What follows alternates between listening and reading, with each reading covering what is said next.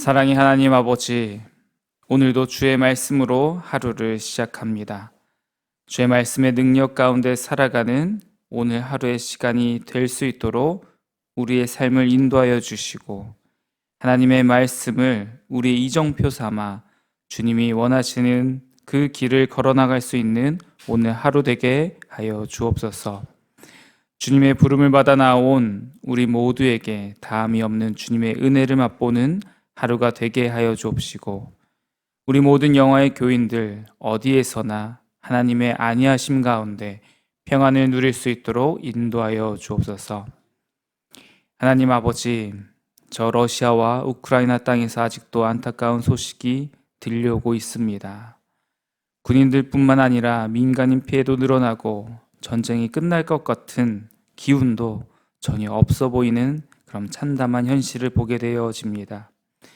이 전쟁의 소식 가운데 우리가 할 수 있는 것이 또한 기도뿐임을 다시금 깨달으며 나아갑니다. 우리로 하여금 저 땅에서 고통당하는 수많은 이들을 위해 기도할 수 있는 긍휼의 마음을 계속하여 허락해 주시고, 같이 아파하며 같이 통곡함으로 그들을 위로할 수 있게 하여 주옵소서. 그 땅과 그 주변에 아직 남아있고 살아갈 수밖에 없는 또한 우리 대한민국의 교민들을 주님께서 지켜주시고, 특별히 폴란드에 있는 류동원 지사님의 가정을 주님께서 붙들어 주시고 안전하도록 주님의 크신 팔로 안위하여 주옵소서. 우크라이나 땅에 주님의 평화가 임할 수 있도록 평화의 주인 되시는 주님께서 어서 그 땅을 치유하여 주옵소서. 저들의 땅에 평화를 기원하며 또한 우리가 살아가는 이 땅의 평화를 구하며 나아갑니다. 세계 유일의 분단 국가인 우리나라와 저 북한 땅을 주님께서 긍휼히 여겨주시고, 특별히 저 북녘 땅에서 고통받는 믿음의 사람들이 있습니다. 주님의 백성들이 있습니다. 주님께서 그들의 신음을 위로하여 주시고 그들이 소망을 잃어버리지 않도록 보호하여 주옵소서. 서로 겨눈 총과 칼을 걷어들이는 날이 속히 올 수 있도록 주님께서 일하여 주옵시고, 우리들이 저 북녘 땅을 위해서 늘 기도할 수 있도록 또한 저 땅을 긍휼히 여길 수 있는 마음을 우리에게 허락해 주옵소서. 이 땅의 정치, 경제도 주님께서 붙들어 주시고 하나님의 은혜 가운데 평화와 평안을 누리는 이 땅이 되게 하여 주옵소서. 주님께서 이끌어 가시는 성전 건축이 진행되고 있습니다. 우리가 이 성전 건축 가운데 오직 주님의 계획과 또한 주님의 은혜를 간구하며 나아갑니다. 다른 무엇을 의지하지 않게 하여 주옵시고, 우리의 지혜를 앞세우지 않게 하시고 오직 하나님의 인도하심을 쫓을 수 있는 우리들 될 수 있도록 인도하여 주옵소서. 주님의 뜻 가운데 우리 영화교회 새 성전이 건축되게 하시고, 성전 건축의 과정 가운데 때때로 찾아오는 어려움과 문제들 가운데 우리가 상상하지 못한 길로 우리를 인도하시고 해결해 주시는 하나님의 은혜를 경험하게 하여 주옵소서. 새롭게 지어지는 성전이 우리 교우들뿐만 아니라 지역의 사람들에게 평안과 안식의 공간이 되게 하시고, 새 성전을 통해 흘러넘치는 하나님의 은혜를 누리는 시간이 있게 하여 주옵소서. 공사 현장 가운데 안전을 지켜주시고 맡은 자들에게 지혜와 명철을 허락해 주셔서 수많은 공정과 민원을 잘 해결할 수 있도록 인도하여 주옵소서. 그리고 모든 성도가 성전 건축을 위해 간절히 기도하며 그 기도의 끝에 하나님의 놀라운 역사하심을 경험케 되는 우리들 되게 하여 주옵소서. 먼 타국 땅에서 주님의 복음을 위하여 헌신하는 선교사님들이 계십니다. 주님께서 우리 선교사님들의 가정과 사역을 지켜주시고 그 어떤 상황 가운데서도 늘 평안할 수 있는 선교사님과 또한 그들의 가정 될 수 있도록 은혜 부어 주옵소서. 선교사님들의 사역 가운데 주님의 능력이 나타나게 하여 주옵시고, 또한 그 가운데 결실을 맺는 기쁨을 맛보게 하여 주옵소서. 타국에 나가 있는 우리 교우들, 또한 군에 입대한 우리 자녀들이 있습니다. 주님께서 그들의 상황과 형편과 또한 마음을 늘 돌봐주셔서 외롭지 않게 하여 주옵시고, 굳건한 믿음 가운데 하루하루를 주님과 동행하며 살아갈 수 있게 하여 주옵소서. 좋은 친구들과 좋은 동료들을 붙여주시고 그들과 함께 기쁨도 누리며 하나님을 더 깊이 알아갈 수 있는 귀한 관계 있게 하여 주옵소서. 오늘 우리에게 주신 말씀 가운데 친히 주님의 음성을 들려주시고 그 음성 따라 순종하며 나아가는 우리의 삶이 되게 하여 주옵소서. 평화의 주인 되시며 오늘도 우리를 인도하여 주시는 예수 그리스도의 이름으로 기도드립니다. 아멘. 오늘 하나님께서 우리에게 주시는 말씀 시편 56편 1절에서 13절까지의 말씀입니다. 구약 성경 841면에 있습니다. 시편 56편 1절에서 13절까지의 말씀을 이제 한 목소리로 함께 읽도록 하겠습니다. 하나님이여 내게 은혜를 베푸소서. 사람이 나를 삼키려고 종일 치며 압제하나이다. 내 원수가 종일 나를 삼키려 하며 나를 교만하게 치는 자들이 많사오니 내가 두려워하는 날에는 내가 주를 의지하리이다. 내가 하나님을 의지하고 그 말씀을 찬송하올지라. 내가 하나님을 의지하였은즉 두려워하지 아니하리니 혈육을 가진 사람이 내게 어찌하리이까. 그들이 종일 내 말을 곡해하며 나를 치는 그들의 모든 생각은 사악이라. 그들이 내 생명을 엿보았던 것과 같이 또 모여 숨어 내 발자취를 지켜보나이다. 그들이 악을 행하고야 안전하오이까. 하나님이여 분노하사 무 백성을 낮추소서. 나의 유리함을 주께서 계수하셨사오니 나의 눈물을 주의 병에 담으소서. 이것이 주의 책에 기록되지 아니하였나이까. 내가 아뢰는 날에 내 원수들이 물러가리니 이곳으로 하나님이 내 편이심을 내가 아나이다. 내가 하나님을 의지하여 그의 말씀을 찬송하며 여호와를 의지하여 그의 말씀을 찬송하리이다. 내가 하나님을 의지하였은즉 두려워하지 아니하리니 사람이 내게 어찌하리이까. 하나님이여 내가 주께 서원함이 있사온즉 내가 감사제를 주께 드리리니 주께서 내 생명을 사망에서 건지셨음이라. 주께서 나로 하나님 앞 생명의 밑에 다니게 하시려고 실족하지 아니하게 하지 아니하셨나이까. 아멘. 오늘 시편 56편 말씀의 표제는 앞에 부분도 꽤 길게 있지만 뒤에 부분이 중요해서 뒤에 부분만 읽어드리면 다윗이 가드에서 블레셋인에게 잡힌 때에 쓴 시입니다. 간단히 말해 다윗은 오늘 인생의 위기 가운데 처해 있는 것입니다. 그리고 이 위기는 단순히 나의 형편이 좀 어려워질 것 같다, 나의 건강이 좀 안 좋아질 것 같다, 이 정도의 위기가 아닌 죽음의 위기였습니다. 다윗은 지금 언제 죽어도 이상하지 않은 지역, 그리고 또한 사람들에게, 즉 적진 한가운데 붙잡혀 있다는 것이죠. 그런데 다윗은 어찌하다가 이 이방 땅 한가운데 블레셋 땅에 가드라는 그 땅에 블레셋인들에게 잡히게 된 것일까요? 왜 그들과 함께 있게 된 것일까요? 오늘 말씀의 배경이 되는 때는 사무엘상 21장의 말씀입니다. 우리가 잘 알고 있듯이 다윗의 일대기를 보면 다윗은 블레셋 장군 골리앗을 무찌르며 이스라엘의 엄청난 영웅이 된 인물이었습니다. 그런데 안타깝게도 이것이 다윗에겐 큰 비극으로 다가오게 됩니다. 사람들은 왕인 사울보다 저 골리앗을 무찌른 다윗을 칭송하기 시작한 것이죠. 사울은 천천히요, 다윗은 만만히로다. 이 말을 들은 사울은 이렇게 반응했다고 사무엘상 18장 8절 말씀에 나와 있습니다. 사울이 그 말에 불쾌하여 심히 노하여. 다윗을 칭송하는 백성들의 그 찬송 소리, 그들의 마음에 사울은 큰 질투와 불안을 느끼게 됩니다. 저자가 나의 자리까지 탐할 수 있겠구나. 그렇게 사울은 자신이 아꼈던 부하 장수인 다윗을, 또한 자신의 사위 아닙니까? 자신의 가족인 다윗을 죽이고자 합니다. 그리고 사무엘상 21장부터 다윗은 이 사울의 위협, 사울의 칼을 피해 어쩔 수 없이 도망하기 시작합니다. 그렇게 도망자가 된 다윗은 어디로 도망쳐야 했을까요? 사울이 왕으로 있는 이스라엘 땅은 그 어디나 다윗에게 안전한 공간은 아니었을 것입니다. 그렇다면 그에게 남은 유일한 선택지는 이방 땅, 얼마 전까지 전쟁을 치렀던 그 이방 땅, 블레셋 땅이었던 것입니다. 그나마 적들의 땅이 다윗에겐 더 안전했다는 것이지요. 다윗의 심정이 얼마나 씁쓸했을까요?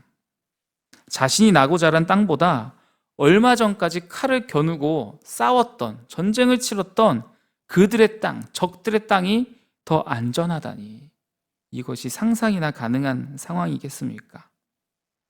그렇게 다윗은 자신을 죽이려 하는 사울을 피해 오히려 적들의 땅, 얼마 전까지 칼을 겨눈 사람들이 있는 그곳으로 도망하게 됩니다.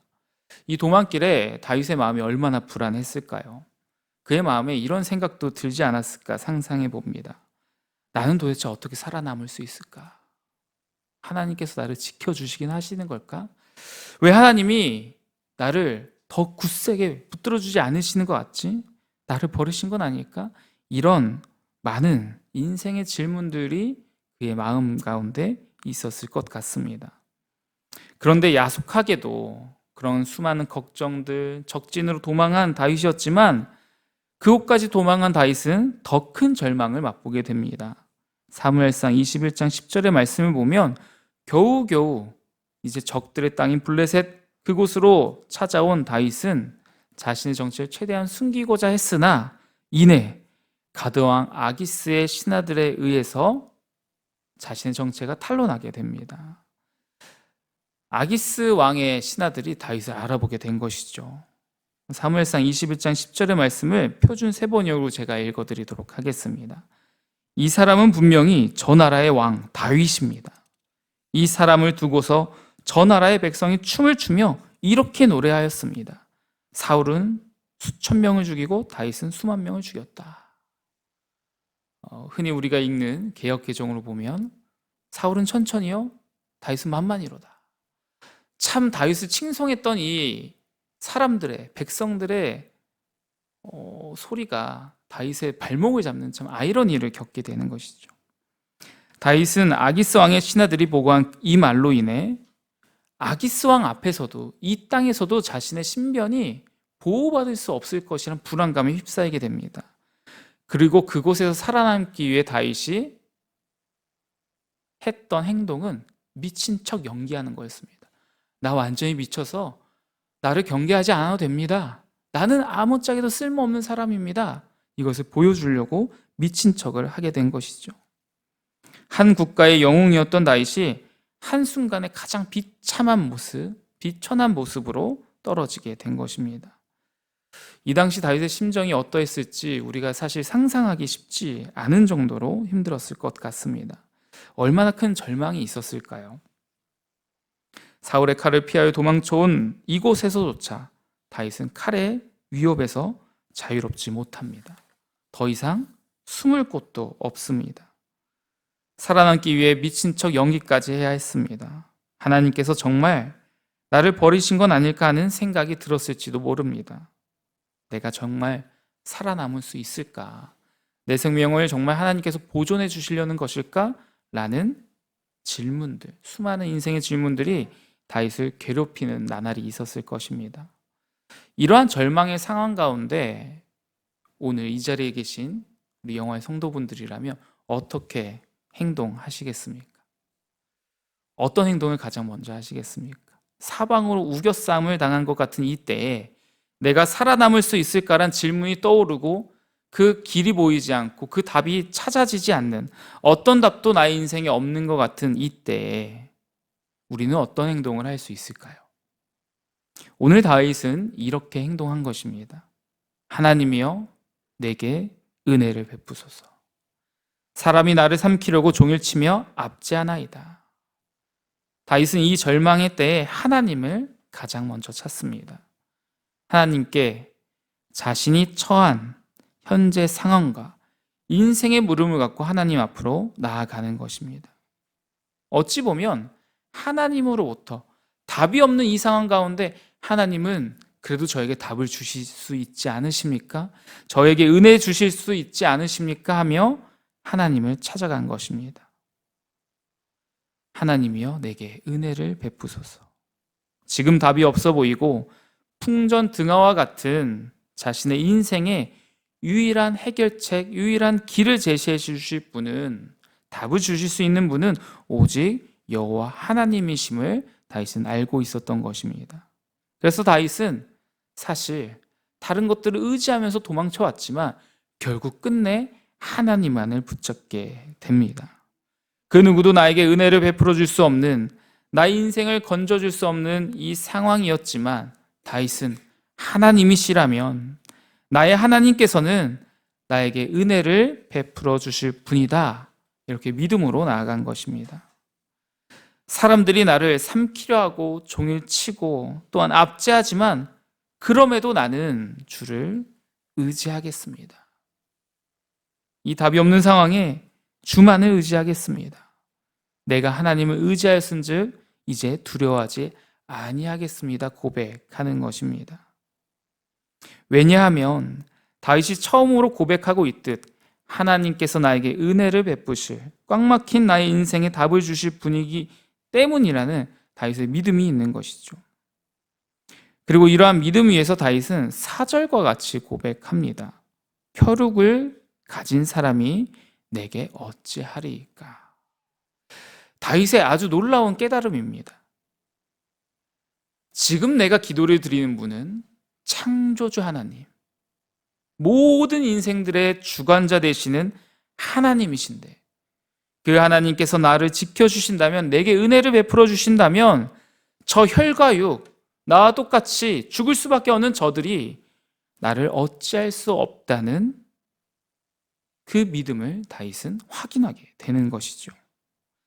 그리고 이어지는 말씀에서 다윗은 하나님이 지금 자신의 고난을 무시하거나 모른 채 하시는 것이 아니라 나의 모든 고난을 알고 계시고 심지어 그 모든 고난의 순간에 함께 계신 분임을 고백합니다. 8절에서 다윗이 이렇게 고백을 하지요. 나의 유리함을 주께서 계수하셨사오니.